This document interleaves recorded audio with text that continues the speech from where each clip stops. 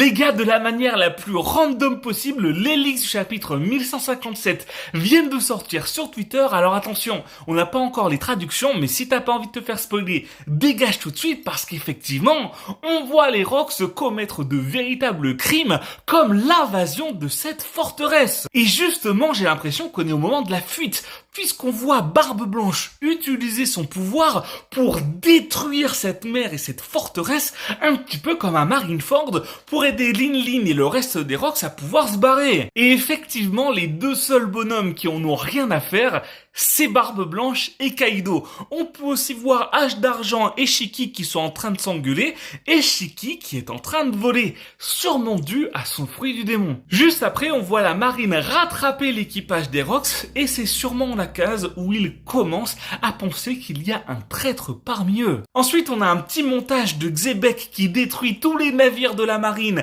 avec ses coups d'épée comme le BG qu'il est, mais c'est là qu'on revient sur Harald qui, lui, est en train d'aider un pays allié à Elbaf. Et là, c'est trop bizarre parce que sur le navire d'en face, on voit ce personnage et au début, je croyais que c'était Bogard, le bras droit de Garp.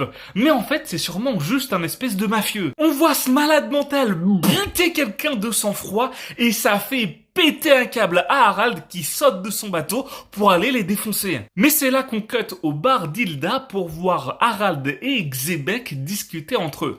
Et j'imagine que c'est là qu'on apprend que le gouvernement mondial n'a pas aimé les actions d'Harald et où Xebec lui redemande d'intégrer son équipage. Et c'est trop mignon parce que dans le coin, on voit Loki et Ajordine qui sont en train d'attendre et il y a une petite géante qui essaye d'être gentille avec Loki. Mais enfin bon, on change de sujet puisqu'on retourne sur le QG de la marine où on voit des jeunes Garp, Sengoku et je sais plus comment elle s'appelle parler à Kong. On voit Kong dans sa prime, c'est quand même incroyable. Ils étaient sûrement en train de parler d'intégrer les géants à la marine, mais on cut directement sur l'île de la Ruche, où on voit les news que Shaki a quitté l'Empire Kuja. On voit Gloriosa en parler avec Big Mom, et justement, on a les traductions. Gloriosa se demande ce que Shaki est en train de préparer, et Big Mom lui répond que peut-être qu'elle est tombée amoureuse d'un homme, et qu'elle le suit comme elles le font toutes. Et là, Gloriosa, elle lui dit quoi? Elle lui dit, pour une meuf qui pond des enfants toutes les années comme toi, je sais que t'as du mal à comprendre. Damn. C'est la violence, mais c'est aussi à ce moment-là qu'on voit Shaki arriver sur l'île de la Ruche. Et alors là, toute la ruche tombe amoureux d'elle. Et à la fin de la page, on voit l'équipage des Rox arriver comme des gros bonhommes pour savoir qui fait tout ce raffut. Mais c'est là que devant eux, Shaki se